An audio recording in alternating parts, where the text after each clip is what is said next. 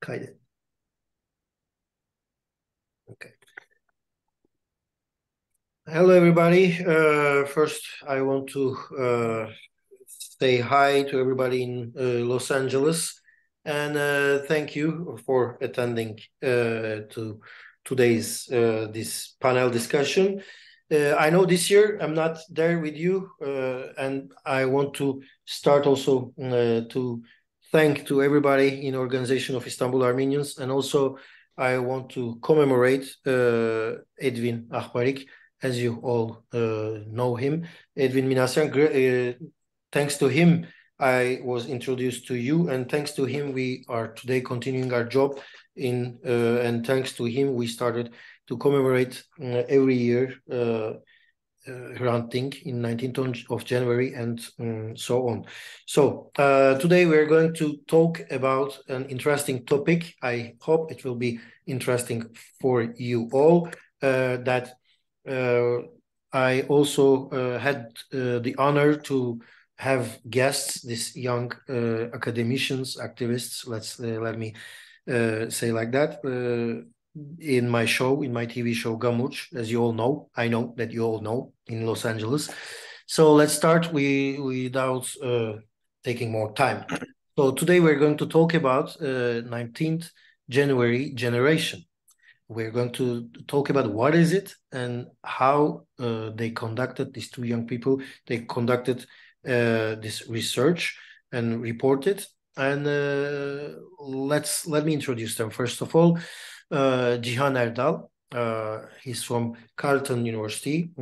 He's a PhD student, and he also conducted this research with Dr. Önder Can Muti'yle from Germany. And let me also say that Önder Can is a PhD he has a PhD in sociology, Humboldt University of Berlin. In 2021, he finished his PhD. So they started to conduct this research about 19th January generation. So first of all, thank you for attending. Thank you for accepting, Cihan and Önder Can, sorry. And first I want to ask, since that we are commemorating today Hrant Dink, and it's a specific moment and it's a specific turn in Turkish public, especially in youngsters, that we were gathering together and hundreds of thousands of people were walking together next to each other and saying that we are all Armenians. But since then, where do we come to today? I think in your research, we are going to be able to see it better. So I want to just start that the goal of the research and what is this 19th January generation. Please, Cihan, let's start with you. Thank you, Aris. Thank you for having us today. Indeed, the research team we were part of in Istanbul at Mimar Sinan Fine Arts University conducted research on January 19th generation in the beginning of 2010s, 2011, and the second chain of this research was conducted during 2015 and 16. And last year, we had a chance to conduct another research with the support of the History and Memory Research Encouragement Fund provided by Hrant Dink Foundation. We try to understand and trace back of the January 19th generation, and the main goal of our research, the most recent research, was to understand much better and make sense the political place and expectations of young Armenians, as well young Turkish, Kurdish people, and how they were affected by the process between 2007 and 2015. The finding of our research also allowed us to elaborate upon upon how young Armenians were affected by Karabakh War, which was held during 2020. So I could say the research, the most recent research we conducted, is allowing us to portray the 19th January generation from 2007 to up until now. Yeah. Okay. Actually, when we're talking about generations, creating a generation or defining a generation is also different. So when we're talking about youngsters and generation, in which age, what are we talking about? Between which ages are these people? And as you said, they're Armenians and they're Turkish and Kurdish, and there are many people, from many other different backgrounds. So what are the differences in their reflection in this? So if you want, Cihan or Önder Can, we continue with you. Yeah, I can continue. Let's start with the first question, Aris, how to define a generation. Generation is one of those concepts that's been used widely, and in social sciences, we usually try to use it in a different manner or in a different way. For us, generation means also people, not just the same age group, like Generation X, Generation Y, Generation Z. We're not trying to focus only what they consume. Like, it's not like the generation who's super active in the social media, but we're also trying to understand generation as the people who has, let's say, some emotional and also, let's say, political and ideological similar, they think similarly. And they also react to social and cultural milestones or whatever is happening in their country in a similar way. And they also show some emotions, common emotions. They share some values. And this is how we define generation. It's different from the age group. And as Cihan mentioned, we try to understand this young age group after the assassination of Hrant Dink in Istanbul, of Istanbul Armenians, mostly, how the assassination of Hrant Dink actually caused a process for them that they became politically more active and they became more visible. And they initiated their own foundations. They initiated their own political, let's say, groups. So this was for us the turning point. And then we try to understand why and how this group emerged and how they became more, let's say, visible in the public sphere or counter or democratic public sphere of Turkey and Istanbul. And that was our focus point. From that on, we also try to understand the new age group, because as Cihan mentioned, after 2015, we see that there is a completely different political atmosphere in Turkey. And then we try to understand what happened to that dynamic, political dynamic, which also created the space for the younger Armenians to be more active and more visible in the public space. And what happened to the new age group, the people who are, let's say, between 18 and 35 years old. Some of them also in person witnessed this process between 2007 and 2015. And some of them were only in high school or middle school and didn't exactly in person participate and didn't witness this political engagement of the younger Armenians in Istanbul. So this is the difference. So we try to understand two different age groups. And when we call Generation 19th January, we're actually meaning the first age group, the people who became more active politically and visible and initiated their own political and cultural initiatives and groups after the assassination of Hrant Dink, who were, let's say, between the ages of 18 and 35, between 2007 and 2015.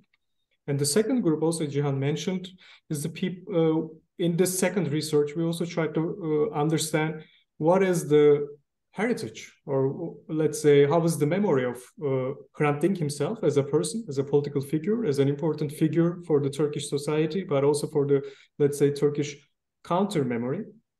And not just for the Armenian youth, but also non-Armenian youth in Istanbul, who are, let's say, also politically active, also didn't witness that period between 2007 and 2015. But how do they know, or what do they know about that process? Which make also younger Armenians more visible in the democratic public sphere in Turkey. So these two different age groups we're talking about, and what we try to understand is exactly this. Yeah, the second research is not just focusing on Armenians, younger Armenians in Turkey, but also non-Armenians, and what the memory of Hrant Dink means for them. Okay, let me go from this. That first of all, I wanted to also ask about the findings. What are the main findings that we can talk about on this research, and the differences between the backgrounds between Armenians and Turks or Kurds? Let's start with this, and let's come to the point that what is the Karabakh War meant to all these people, because they fall into it now in 2020. But first of all, what are the main findings in this? Yep, I will start to respond to this question. I think one of the most striking results of most significant results of our research is that the bonds and like emotional investment, political investment in the fight for living together.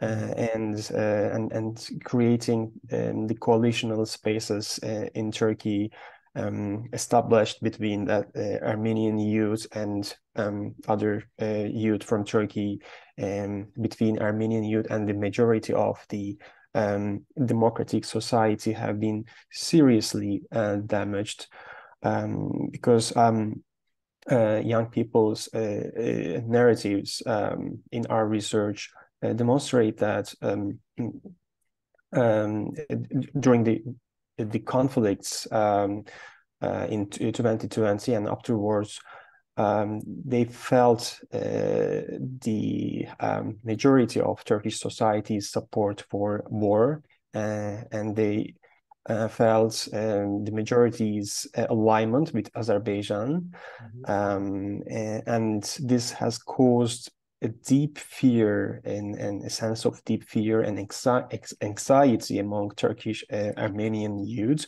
For instance, they narrate how convoys organized with Azerbaijani flags in the neighborhoods where Armenian immigrant workers and Turkish, Armenians mostly live in Istanbul, and some verbal attacks directly targeting Armenians have deeply affected the Armenian community in Istanbul.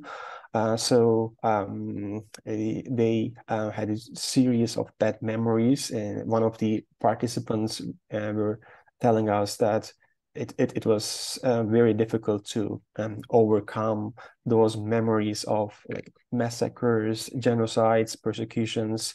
So I think the feeling that traumatic ghosts of the past can be relived, increased the loneliness of Armenian youth.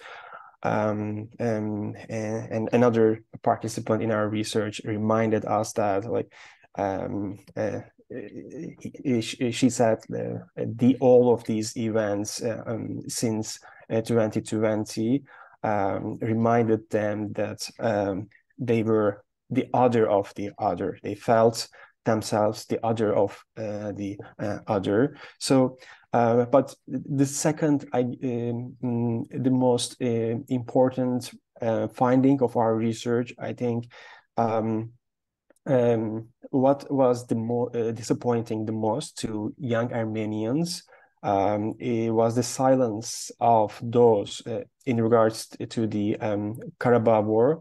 Those they thought were on their side, on like their social media friends, young activists, Turkish, Kurdish young activists, those who who have made up Turkey's democratic political sphere. So this situation, we say, has led to the shock of January 19th coalition between Turkish, Kurdish, Armenian youth and the democratic opposition from 27 to 2015, and we believe we think that this situation has revealed the need for Armenian youth to turn back to themselves and their identities, their Armenian friends circles. Yes, these are made. Actually, this gives lots of insight for the generation what we're talking about on people. But still, they're in Turkey. They're still, we have hope that these broken lines can be repaired, I think, and to look for the future. Önder Can, what does this research tells us about the future? What has to be done in there? It seems that there is a broken link with the Karabakh War, that we are again Armenians. I'm saying we because I'm Armenian too. Again, Armenians closed themselves, but we should continue to collaborate in which areas? What does this research tells us actually? Well, to look back, to look at the future more, or a brighter future, we can also look back at the past. It's very easy for us. It's one of the key findings of our research. Cihan framed very well the disappointment of younger Armenians in Turkey, but I think also in diaspora and all over the world, that the silence of the Turkish and Kurdish, let's say, they're supposed to be allies, or the people that they thought they're allies, their silence against this very organized genocidal and racist language used not just by the state officials, but also on the social media. Mm-hmm. So, just turning the head away when there are so many civilian losses and war crimes. So this is the disappointment at one side. But the other side is one of the findings of the research is that Hrant himself, he became like a memory place or very important figure, which is not restricted to any age group right now in Turkey. So to mark kind of his legacy, but also what happened after the assassination, that positive process in Turkey for 5-7 years, we called this generation 19th January. But what we saw is that the memory of the Hrant, but also that process in Turkey continues. Although younger people who are now between 18 and 35, they didn't witness that process. They didn't witness that, let's say, solidarity among different groups in Turkey, in Istanbul. But the memory of that solidarity and that people were, again, sharing common values, common goals, but also in active solidarity, that remains. That is a positive thing that we found out with the research. And I think that also allows us to look at the future brighter. But this is, again, I think it was, again, Hrant Dink who was, he was talking about the Ottoman society, like the Ottoman society lives in parts, like separated parts, like and what we saw with the second Nagorno-Karabakh war is, again, the Turkish society is living different realities. And then what we saw is this solidarity movement is just broken, and the ties actually not just within Turkey, but also with Turkish and Kurdish activists, with Armenian activists all over the world is broken. So how can we just repair that? It's again us. I mean, we have to be again active. We have to talk about current traumas, but of course also the previous traumas. And I guess this is the only way. But for that, we have a very solid base with the memory of the Hrant Dink. Also, what happened after the Hrant Dink assassination in Turkey. Yeah. Cihan, I want to turn you back because also as an activist, academician, and actually you're a member of this generation, what we're talking, what do you want to add to Önder Can's comments on how are we going to repair, how are we going to move from here? Thank you for your question, Aris. To support what Önder Can has noted, I would like to refer to one of our research participants' words. They say they I believe very well demonstrate how January 19 coalition still holds a strong place in the memory narratives in the memory of Armenian youth. They say, like, seeing people at April 24th memorials or the crowds on January 19th still encourages them to stay in Turkey. That crowd was and has been the only reason for them to stay in Turkey, to live and to fight together. So that gives me hope, that gives me the strength to research with, but also as an activist to fight together for a democratic Turkey. We understand that for Armenian youth, for Turkish Kurdish youth, Hrant Dink and January 19th represents not just a frozen memory of the past, but a historical significance that still positively impacts their relationship with Armenian youth, relationship with their identities, Turkey and the world politics, their daily life in Turkey, in Istanbul.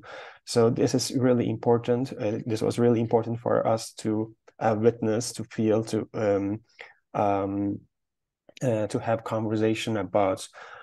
For me, as part of, for someone as who is part of this January 19 generation, and who is researching on this specific topic, I'm still hopeful because I saw that I became part of 19th January generation sparked a strong coalitional space throughout the 2010s, and which was foundational to the emergence of a new political youth identity and a new political subjectivity, and invention of crystallization of a strong youth political identity. So this youth group, this political actorness still holds a strong place in Turkey, not only in the present of Turkey, but also in the future. That's very hopeful. That's very a good point on this, that we have lots to think, and we have a lot to work on it, but also we have a lot to learn from this generation, what we call generation, and still we had a lot to learn from Hrant Dink, but this is making us to get together today to be able to think and continue the work that he was doing, the role that he was playing in the community, I think. Thank you for both of you to attend this and to give insights about your research. I hope this will continue in the other one step, and we will hear and learn more to attend this. And thank you to attending today with us to commemorate Hrant Dink in Los Angeles. Thank you for all the listeners. I know you OER members and Armenians and all friends in Los Angeles. It's hard to listen from video conferences, but in the given time, we try to emphasize every kind of issues. And thank you for listening us.